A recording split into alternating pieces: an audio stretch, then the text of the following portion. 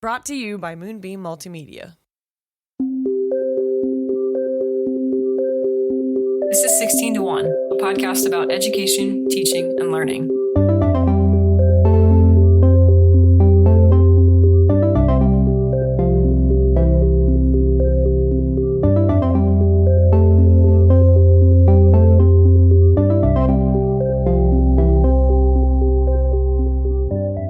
Hi there. Hi. Hey. I am excited about this week's episode. I'm excited it's the fourth 9 weeks. Oh, yeah. But I'm also really excited about this episode. That means the end is near, right? Yeah, The end is near. let's not get too excited because this is also that time of year where everything slaps me in the face. Like I start thinking about all of the things that have to happen before the year is over. And that's a lot. And the abyss stares back at you. Yes. Yeah. The abyss stares back at me. So just to start really quickly, Yes, we have a housekeeping item. we would like some help, if you're willing, to share with us any experience you might have with book banning. Have you had a book that you teach questioned? If so, what happened? We're trying to do some research into how people best handle this and best approach it, and policy approaches that might or might not work for your school district. So yeah, we would love to hear from you listeners. If this is an issue that has impacted you in your homeschools, write into us because we would like to hear from you. Hello at 16to1.com, all spelled out. Tell us your story. We won't put it on here without your permission, but if you're interested in it being a part of a story, we would like to know that too. But we'd like to hear from you. We'd like to learn from you. So yeah. All right.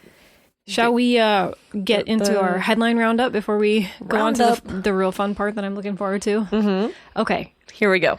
The Biden-Harris administration recently greenlit an additional $5.8 billion in student debt relief for 78,000 public service workers. This move aims to provide financial assistance to individuals in public service roles, such as teachers, nurses, social workers, and firefighters. So we've been following this for a while.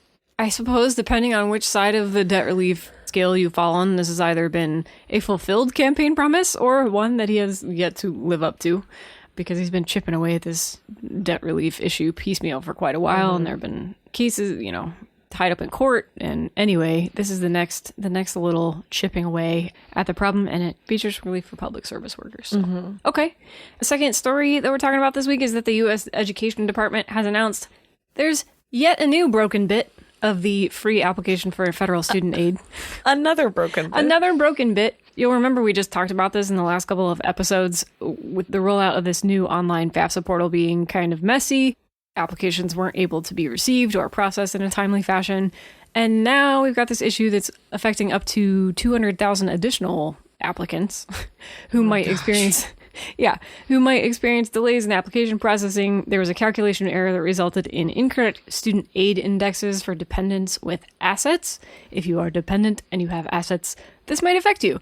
I read on the website that I think they're going to reprocess the applications and resend it to impacted applicants, but that's going to push deadlines that have already been pushed several months beyond the normal for the college application cycle. It's going to push those back even further. This is very messy. Yeah. This is going to be very messy. It would not surprise me if we see lower enrollment numbers this upcoming year. I mean, we talked about this when we covered this in the other episode, but there are people saying this is going to lead to like a lost year of college applicants because which people makes sense because so many of my process financial aid. Yeah, so many of my students are waiting on financial packages before they make any future decisions. But they're stressing. Yeah. I hope they fix all the bits. Me too. All right, last one. Yes. We talked about Houston Independent School District last summer when a controversial new state-appointed superintendent, Mike Miles, decided to convert school libraries to disciplinary detention centers. Yeah. Well, they're back on the news this week. They've reversed course on a new principal evaluation system after a very tense public comment meeting with the state-appointed management board, where more than 150 community members showed up to voice support for educators and principals in the district. Prior to that meeting, it was estimated that up to half of principals in the district would be on the chopping block after going through the principal performance evaluation process, which some consider to be problematic. Yeah, there were a lot of parents that showed up to this meeting because a lot of the principals who were flagged by this process were among the most popular from the most high-achieving schools in the district. So a lot of people have questions and concerns about a performance evaluation system that could have ended up with such a large portion of district leaders being threatened. That's scary. So It's scary for it's hard to change administrators in small schools. It is hard to lose up to half of your principals that's in large districts. That would be my concern with this, regardless of whether or not there is an issue with the evaluation system, and it sounds like there probably is. To lose half of your administrative, your leaders in your schools I would think, especially with a district that large, throw it into chaos. I just can't imagine picking up the slack, the momentum that you would lose in serving students by having turnover that was that ridiculous. But anyway, yeah, a lot of people voicing concerns. The management board went into executive session after the public comment meeting. They were meeting until the wee hours in the morning, and then they announced that they weren't going to hold principals to the results of the evaluation system for this upcoming school year. What a mess.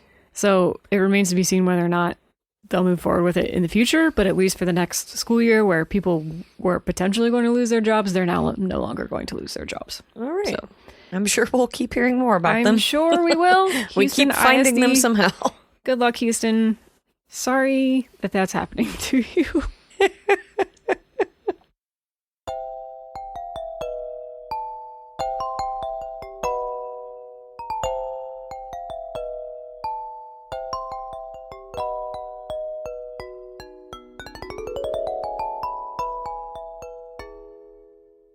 Everybody needs to, right now, go get your favorite sweater and put it on. Put on your house shoes. Yeah. Your Sperry's. Or what was the other thing he wore? I think it was maybe like Converse. Keds. Oh, Converse. Okay. So throw on your sneakers. Put on a sweater that maybe your mom made you. Grab your buddies. We're all moving to the neighborhood. Straight to Pittsburgh. Here we go. We are talking about Fred Rogers and Mr. Rogers' Neighborhood. It was kind of only in researching this episode that I realized how much Mr. Rogers' Neighborhood I have apparently watched. It's a lot, because I was remembering a lot of things that I was watching when I was digging up footage of this show. Yeah. Fred Rogers, who was the producer, writer, host, creator, musician in residence of Mr. Rogers' Neighborhood. He hosted all 895 episodes of the show, composed more than 200 songs, and was the puppeteer who brought to life 14 characters for preschool audiences. The sources for this episode's mainly from MrRogers.org, his, production company website, from various news articles and retrospectives, and we'll include all of the links to these things in the show notes. And then a lot of research came from the 2018 documentary Won't You Be My Neighbor, which is great, and you should watch it. It made me cry a couple of times. And also from an Esquire article. It was called Can You Say Hero by Tom Juno. Way to go, Tom. And that article and that author writing for Esquire, that was the subject of a movie called A Beautiful Day in the Neighborhood, where Tom Hanks stars as Mr. Rogers, Fred Rogers. And actually, I think I read somewhere he's like, fifth or sixth cousins or something to the actual Mr. Rogers. But it was a really fun movie. Definitely go watch it. Also made me cry. Yeah. Anyway, that's the setup. I didn't realize that Fred Rogers was as interesting a person with as much interiority as he turned out to be. So why don't you tell us a little bit about his beginnings, his early life, if you wouldn't mind. So Fred Rogers was born in 1928 in Latrobe, Pennsylvania. His dad was a successful businessman, and his mom volunteered regularly at a local hospital, and she knit sweaters for soldiers from Western Pennsylvania during World War II. Go figure. A little bit about the sweaters, of course. He wore his mom's knit sweaters on the show until they were threadbare. And the costuming department had a heck of a time tracking down alternates that fit the Mr. Rogers vibe. There's a link in the show notes to a Smithsonian Magazine article with some more information about that. Yeah, about his sweaters. Yeah. It's very interesting how they tried to end up replacing them over the years. They had to chase people down the streets and ask them about their sweaters. Hey, you've got the vibe. He really did. The Mr. Rogers we all know, of course, had a super calm demeanor, but it actually came from some struggle and strife. So he had a pretty difficult childhood. He faced bullying for being shy, for being introverted, and for his weight. And that led him to have bouts of asthma and being homebound. He had scarlet fever.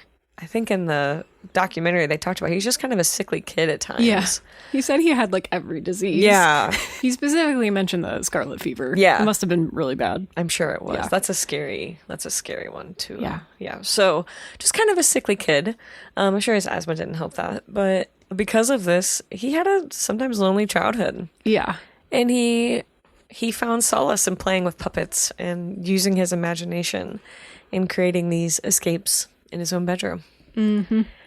Rogers began playing the piano at the age of 5, and he even went on to pursue a degree in music composition from Rollins College, where he graduated in 1951 after transferring from Dartmouth. And Dartmouth is where? Oh my God. Are you kidding me? This is the Vermont. New Hampshire. This is the third episode. It's New Hampshire. We're doing this episode because you found that he was one of the most famous who had attended. We all know it's New Hampshire. Right. Is it New Hampshire? It's New Hampshire. I was right. See, Okay. my favorite state, New Hampshire. Yes. So he's an Ivy League dropout. He went to Dartmouth for a year and then transferred to Rollins. This has become a Dartmouth slander podcast. I don't know what you have against Dartmouth that you Nothing. cannot... I love them. They're my favorite, and I really love New Hampshire. It's wonderful. It's so small, I never forget about it. Okay. All right. So following his music studies, Rogers pursued theological education at the Pittsburgh Theological Seminary, and he earned a divinity degree in 1962, and he became ordained as a Presbyterian minister. If this is causing you to pause and be like, wait, I don't really remember too much preachiness, it's because he was not particularly overt about his religion on television. He lived it. He saw it, yeah. He saw his television work as working on his mission, but he explicitly was like, we're not going to do it like that, where it's like I'm preaching at kids. Which I think is really beautiful. Yeah. Gentle is the way I would describe him. It was almost weird to rewatch some of these episodes of that television show because it was just like, you never see TV that's so quiet and so serene where there might be long pauses where there's just no sound happening. The man loved silence. Yeah. Or like maybe just some gentle piano music in the background. But if you compare that kind of television to modern television, it's no wonder that we're kind of a mess because it's like 1,000 times more sensory inputs, you know. Part of our research, Chelsea watched a lot more than I did, but we watched episodes of Mr. Rogers, and I found myself like just staring at him because he was like so methodical and so intentional. Yeah. Every single thing that he did served a purpose. Unscrewing the cat to feed the fish. It was the simplest stuff, but I could not stop watching him. Mm-hmm. It's so wonderful. And I think a lot of that is intentional. He was known to be something of a perfectionist. Like he would not allow for ad-libbing on the show because he thought it was lazy and that kids deserved a really high quality, thought out television program. Just like he thought, well, adults have these, you know, high quality shows. Kids deserve just as much foresight and planning out of their television as adults do. So after all of this music and theology background, how does he end up on television? He got his start because when he was in, I think it was when he was in his senior year at the end of his music degree, he went home to his parents' house for the first time and experienced television and decided that he hated it so. There's a CNN article called Fred and Me in Appreciation by Henry Schuster, and we'll link it in the show notes, but that's the article you can read where he talks about his introduction to TV and how much he didn't like it. I think he saw bullying in television that was available at the time. I think he specifically called out some show where he watched people throw pies in each other's faces. He threw some shade at clowns too. Like he did no clowns. Not, okay. Well, it was just like the over the top. It's like that kind of behavior though. Yeah. He was very like, that's not how you treat people. He was really kind of cranky about the newfangled TV programming. Yeah. And he decided that's what I'm going to work on because this is an opportunity to give kids something educational, something calm, something that teaches them about themselves and their feelings. And so that's how I'm going to go. I think he even saw it as kind of like living out his ministry. So he starts his career at NBC in New York. And then he pretty quickly decides that commercial television is not his jam, that the goals of commercial TV, they're sort of at odds with his view on the world and how people should be treated and stuff like that. So he goes back to Pittsburgh to work on children's programming at WQED station in Pittsburgh. He serves as a station program manager eventually, and then he's co-producer, puppeteer, and organist on a show called The Children's Corner. He wasn't in front of the camera for this one, though. But during this time, he also pursued graduate studies in child development at the University of Pittsburgh. This man was just all over the place in his studies. He just liked to learn. He sounds so interesting. Yeah. Would have been really fun to have a conversation with him, I think. And so while he's at the University of Pittsburgh, he starts what turns out to be a significant collaboration with child psychologist Margaret McFarland.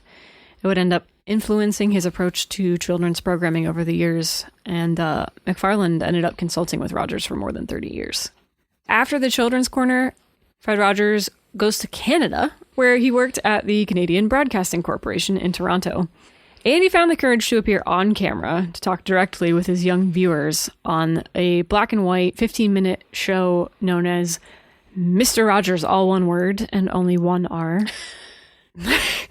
I didn't know that this existed. I don't know why that. Mr. Rogers. So after his time in Canada, this show runs out of funding. He acquires the rights to it and goes back to Pittsburgh, where he doesn't really have a job, but he shows up and starts waiting for funding to do more children's programming. And it eventually does turn up. I can't remember if it was the first one, but there was a big grant by Sears Roebuck that started this. Okay. And you can actually see funded in part by Sears Roebuck on some of the early seasons of Mr. Rogers' Neighborhood. The most widely known version of Mr. Rogers' Neighborhood, it's 3 words, launched in 1966. The program aired nationally for the first time in 1968, marking a significant milestone in Rogers' career. So the show itself, this is from the Mr. Rogers website. So these are the goals of the show. He helped people feel good about who they are. He helped people with their feelings. He helped people in their relationship with others. He helped people wonder and learn. He helped people be ready for new experiences. And he spoke to people honestly about difficult subjects. In the episodes that I was watching, I think I saw segments that could speak to every one of these points. Well, from what I recall, there was one where he goes to a restaurant. And it's just like, you got to keep in mind the audience is like, 2 to 5 year olds. Mm-hmm. So he goes to a restaurant and is like, this is a restaurant. It is a place where you go and purchase food to eat. And but he sits down at the table. He talks about how a table is going to be set. The stuff that we just do automatically. Mm-hmm. You don't realize. I know, but he remembers what's foreign and weird to young people. He's so good at that. So he's like, here's where everything's going to be. A plate will come out and be here. And then he goes back in the kitchen and they make him a sandwich, which is a vegetarian sandwich because he was a vegetarian. At a certain point in his life, he's like, I can't imagine eating anything that had a mother. That's so Mr. Rogers. I was like, oh my gosh. So anyway. So Mr. Rogers. Yeah. So great for the new experience of the first timer. I was just going to say, the one thing that kept coming up in all of the research was just that Fred Rogers remembered what it was like to be a kid. Definitely. In a way that most people don't remember. Yeah. The other thing that I did watch was his complete honesty and bravery in dealing with difficult subjects.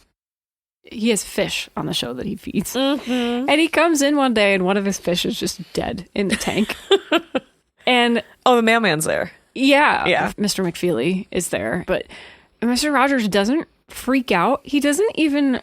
he seems kind of somber, but not particularly sad. He doesn't cry. Yeah. But he just kind of tries to deal with the fish. He actually tries to bring it back to life for a minute, I think. And is like, let's make sure it's really dead, basically. But he pulls this fish out of the tank and then kind of tries to see if it's going to start swimming. And it doesn't. And then he goes and buries it in the backyard. Yeah. And it's just this lasts the whole episode. Me as an adult watching it, I was like, I am still slightly uncomfortable with death. Bury the fish, Fred. Bury the fish. Despite Fred Rogers' best efforts, I'm still a little bit uncomfortable in dealing with death. So this made me slightly uncomfortable, but not because he wasn't calming and a good companion through all of this experience. But it was just like one of those episodes where you really notice his comfort level with silence, because he's just like walking out to the yard with his fish he's got wrapped in a napkin. It's just like a process. So anyway, yeah, he they just like very calmly make a little marker for it. Yeah. But he just very calmly proceeds through the whole thing. You know, there's time for kids to just watch and figure out what's going on. It's not rushed. It's very methodical. So it's just like how to deal with big feelings, but without forgetting how to manage yourself in the situation. You know, it's just like giving kids tools to get through really difficult stuff, but in a productive way where they can do something productive with their feelings. So he was not afraid to take on some even more controversial and difficult subjects, like, I mean, segregation and the Kennedy assassination, all kinds of stuff that he ended up talking about on his show, either directly or kind of indirectly. And why don't you take us through a typical episode? So a normal Mr. Rogers episode is, of course, going to start with him welcoming you, the audience, into his TV house while singing maybe one of the most famous songs in TV, "Won't You Be My Neighbor?" After that, he's usually in the process of putting on his sneakers, taking off his jacket, putting on a cardigan, probably knitted by his mom, and then some kind of intro into the day's topic. From there, it might just be him visiting friends or going to different locations, or sometimes a neighbor might stop by and they'll do something together. And then at some point, usually the trolley will visit the neighborhood of make-believe. The trolley, by the way, runs through his house on a little track, just in case you're wondering. And that's a very Pittsburgh thing. Yes. Of course. At the time when he was growing up, there were tons of trolleys operating in Pittsburgh, and he liked to ride them as a kid. So traveling by trolley to the neighborhood of make-believe, that's where you would see Puppets, the shy Daniel Striped Tiger, who a lot of people have always said was very Fred, the self-important King Friday the 13th, and then his treehouse neighbors, Henrietta Pussycat and X the Owl. And usually children enjoyed those stories, and they sort of supported the conversation that, you know, or the theme of what the episode had set out to do. One of the episodes that I was watching, it might have been the goldfish one, because they were like digging. He had to dig the grave for the goldfish. Yeah. And in the land of make-believe, they were doing like a massive infrastructure project. They were like running water lines under the neighborhood of make-believe. And the owl's like, when am I going to get my water? Like... It was very so weird, elephant. But there's like a giant beaver. I don't know. It was kind of like a fever dream, which they often are. Yeah. So in the earlier episodes of Mr. Rogers and then to Mr. Rogers' Neighborhood, the lines between the make-believe world and then the real world were a little bit blurrier. And so what he ended up doing was Fred Rogers made it more clear to the little ones. So instead they would use a trolley to cross between one world to the land of make-believe. And then like picture ran on tapes. So he would always go up to the wall and like put a tape in picture instead of it being like a magical command that started picture. Picture was a projection screen that was in the wall. It's kind of like a TV in the wall, but it would have like famous art on it sometimes, and then it would say hi. Yeah. And then it would like cut to whatever, you know, how something was made or whatever the video was. Yeah. I just thought that was a really interesting decision. And I actually remember this from when we talked about Sesame Street on the show.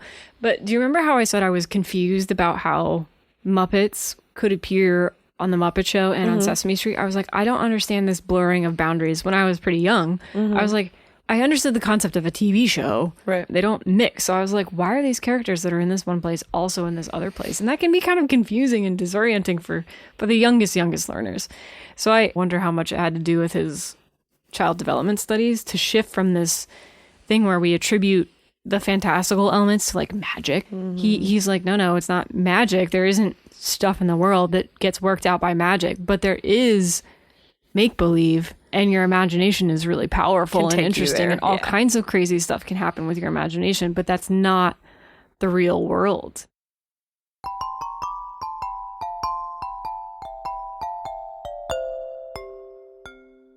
So, of course, some of our favorite segments. When he fed the fish, I love that part. Yes, that was one of my favorite parts as well. And there is a Mental Floss article that we've linked, but it shared that Mr. Rogers always said out loud when he was feeding the fish because he had a young blind viewer who asked him to do so. That young person was always afraid he forgot to do it because he didn't say he did it. Yeah. And so Mr. Rogers made sure that he would announce that he was feeding the fish. Yeah, he's like an early children's TV accessibility advocate. And he really was, though. The young people that he had on his show had all kinds of abilities and things like that. They were all types of people. Yeah, it was so beautiful. Yeah. Other favorites? The How It's Made segment. That was one of your favorites. It's not really called How It's Made. That's the TV show called How It's Made. But they had segments where they'd like show factory. They take you to factory, yeah. Yeah, like a factory footage of people putting stuff together or whatever it was. I always love those things where you get to learn through picture. Yeah. We always loved whenever he would play the piano. He knew that there were plenty of times in life where music could say what he could not find words for. And he knew that'd be the same for children. And so he let music do a lot of the heavy lifting for him. Yeah.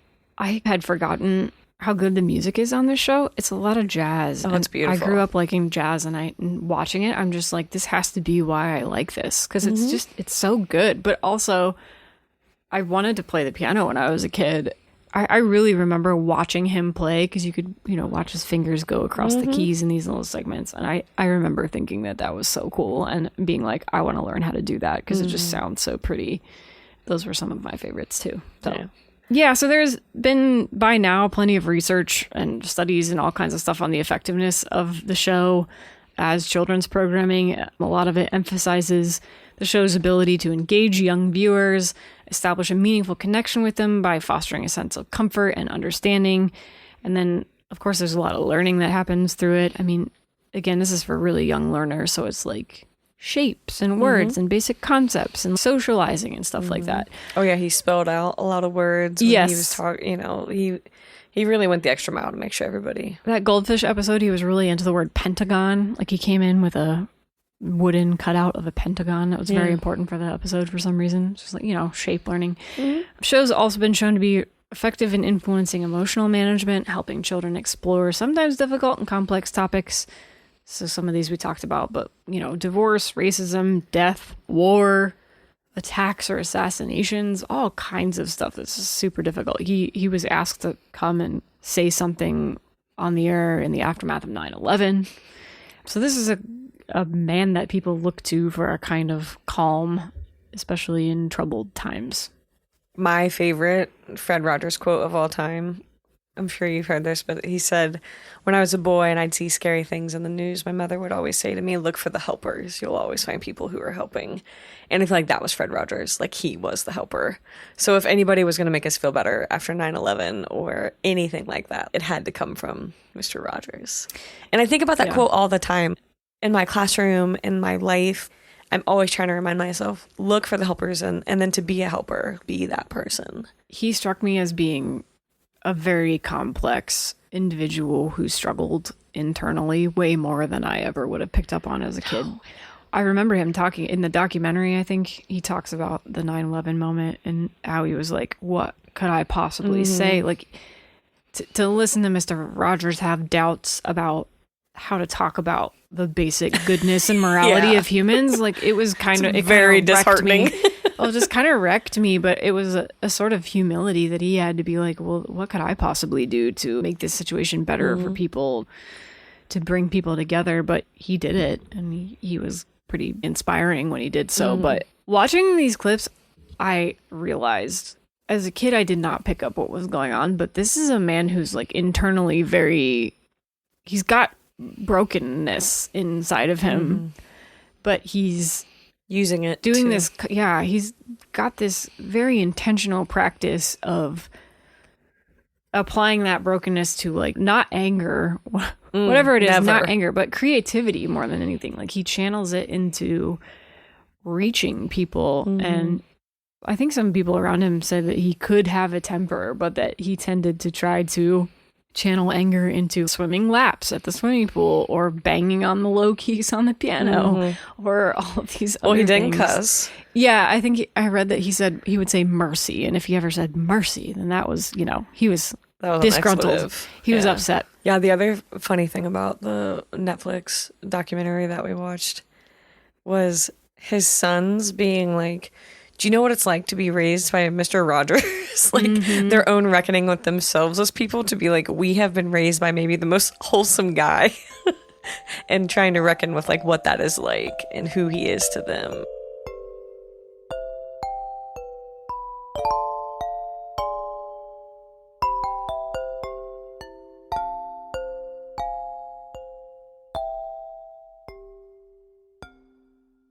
At peak popularity in the 1980s, Mr. Rogers' Neighborhood reached about 8% of American households.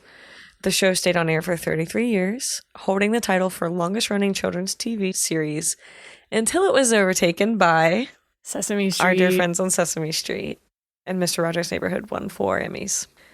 He received 40 honorary degrees. Yes. He was awarded the Presidential Medal of Freedom. He was awarded the Daytime Emmy Lifetime Achievement Award. And in 1999, he was inducted into the Television Academy Hall of Fame. The honorary degrees thing, he was, as you can imagine, a very popular commencement speaker. If Fred Rogers delivered a commencement address to me, I would feel like I got this. I cannot imagine how that must have felt to be charged by him. Yep.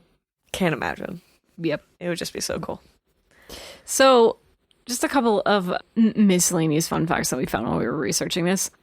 He had a kind of adversarial relationship with commercial television, but he became something of a national figure while saving public television. And that's because in 1969, President Richard Nixon proposed cutting public broadcasting funds by as much as half, I think. And this obviously threatened funding for Mr. Rogers' Neighborhood, which had very recently become nationally distributed. And Rogers, who saw the importance of quality children's television, ended up testifying before the Senate to advocate for continued funding for public television. I cannot imagine being a senator and Can being you imagine? chastised by Mr. Rogers. Being lectured by Fred Rogers on the Senate floor. I would never recover. I would be making donations to him forever. Yeah, there's footage of this testimony, and you should go watch it because it's really fun. He was initially met with some skepticism, but Fred Rogers' genuine and passionate plea ended up resonating with the committee, and then Senator John Pastore in particular. He'd been kind of obstinate up until that point, but he heard Rogers focus on the positive impact of public TV on children's development, and it won him over. They ended up getting the full $20 million in federal funding that they were seeking. Thank the Lord. Yeah. And public television was sort of saved, at least in part because of Fred Rogers. We should not be defunding Mr. Rogers. And then one other thing. Have you heard of the Betamax case? Mm-mm. Okay, bear with me because you're going to feel like you're back in our Supreme Court episodes for a second. But the Betamax case, which was officially known as Sony Corporation of America versus Universal City Studios Incorporated, it was this landmark legal battle. It took place in 1984, revolved around the legality of recording TV programs using a Betamax video player recorder. It's kind of like a VCR, but it's a competitor to the VCR. The case arose when the major entertainment corporations like Universal Studios and Disney filed a lawsuit. It was in 1976. They were trying to stop the sale of the Betamax, which Sony was trying to start selling in the United States, by claiming that it would result in unauthorized duplication and distribution of their content, which would lead to significant financial losses. So Fred Rogers ends up playing this kind of major role in the Betamax case because he's testifying, again, this time before the Supreme Court. He testifies in defense of the recording technology, and he emphasized the importance of allowing individuals to record television programs for non-commercial use, stating that it empowered viewers to be more active in controlling their television consumption and making healthy decisions for themselves and their families. His testimony highlighted the value of technology that allows individuals to engage actively with their media choices. And ultimately, the Supreme Court ruled in favor of Sony in the Betamax case, and they cited Fred Rogers' testimony among other factors. This decision ended up establishing some pretty important legal precedents regarding fair use, technology, and copyright infringement, still to this day shaping the landscape of home recording and, influencing debates around intellectual property. Way to go, Fred. May we all be better neighbors.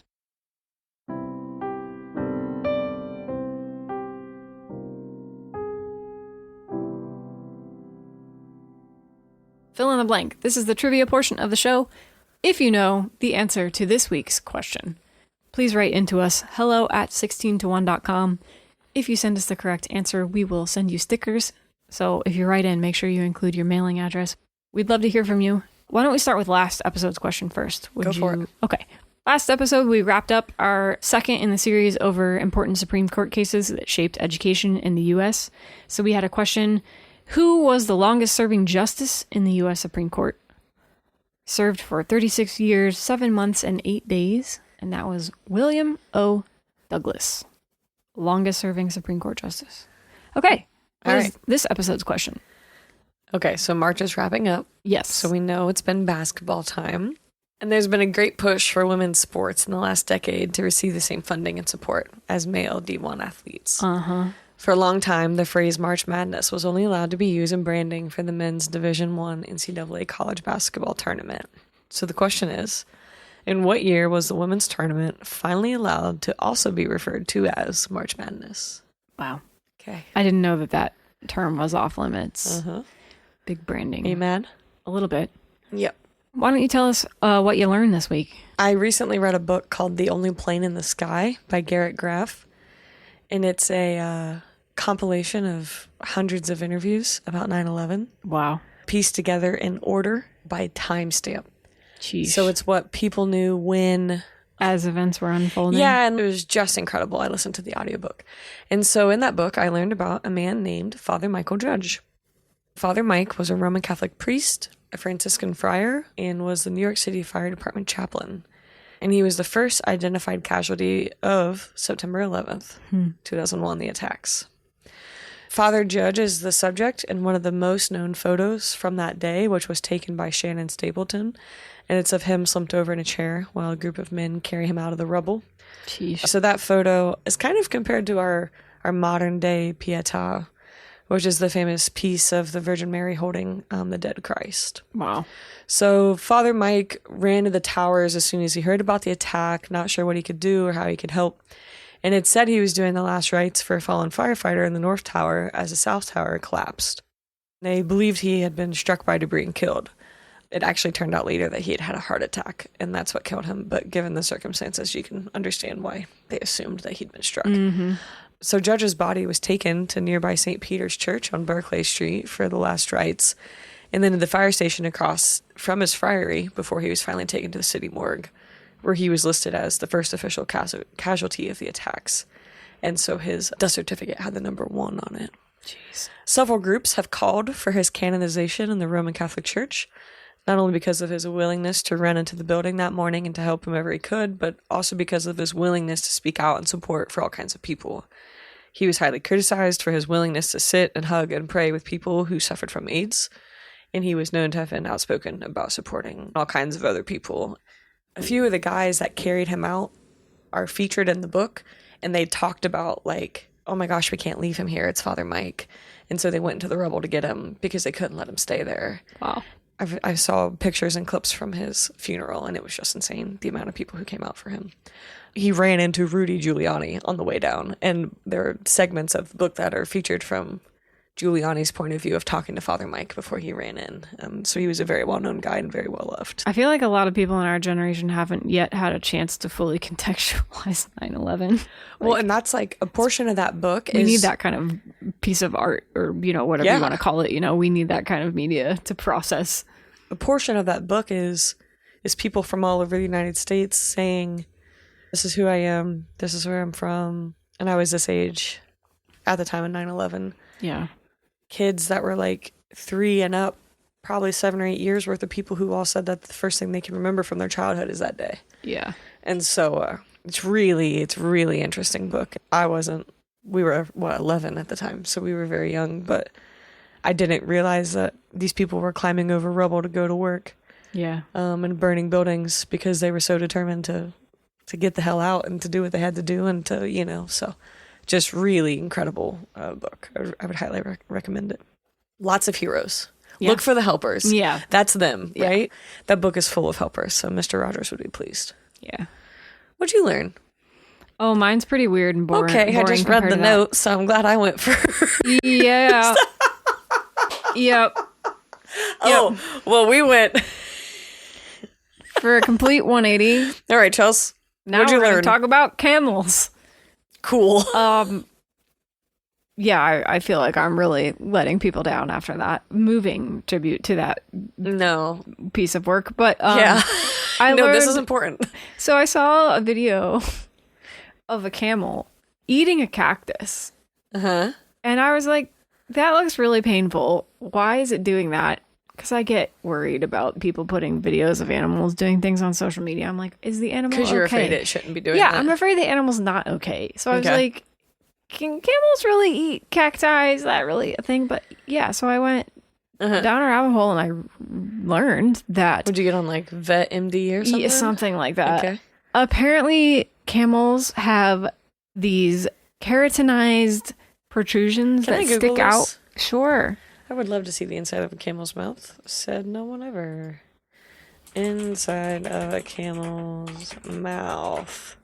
They have these cone things that are like hardened, more like fingernail toughness, sort of, that are inside their mouths that protect them so that they can eat super sharp, spiky things like cacti and other hard stuff and scary stuff that you might find in the desert.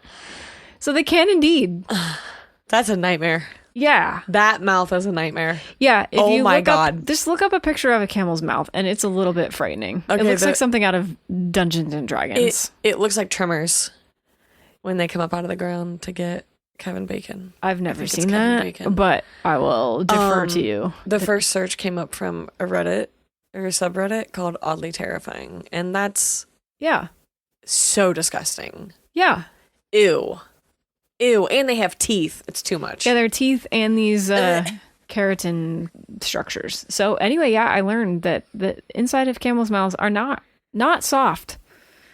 I'm concerned that if they also have protective structures in the rest of their digestive tracts. Like, it's not just the mouth that has to deal with the needles, you know? That's what I want to know. But maybe I'll have that in my learning for next episode. All right. Anything else? No.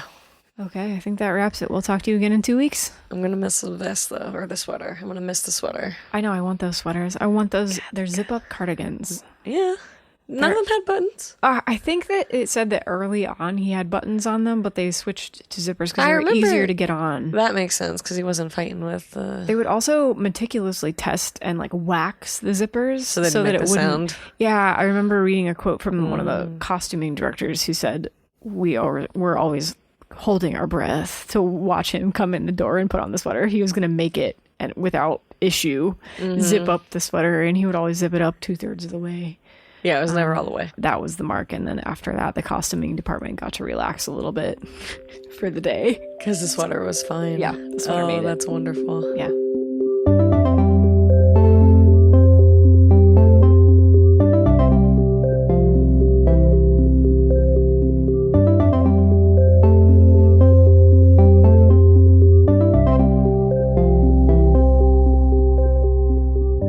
Hey listeners, thanks for supporting 16 to 1.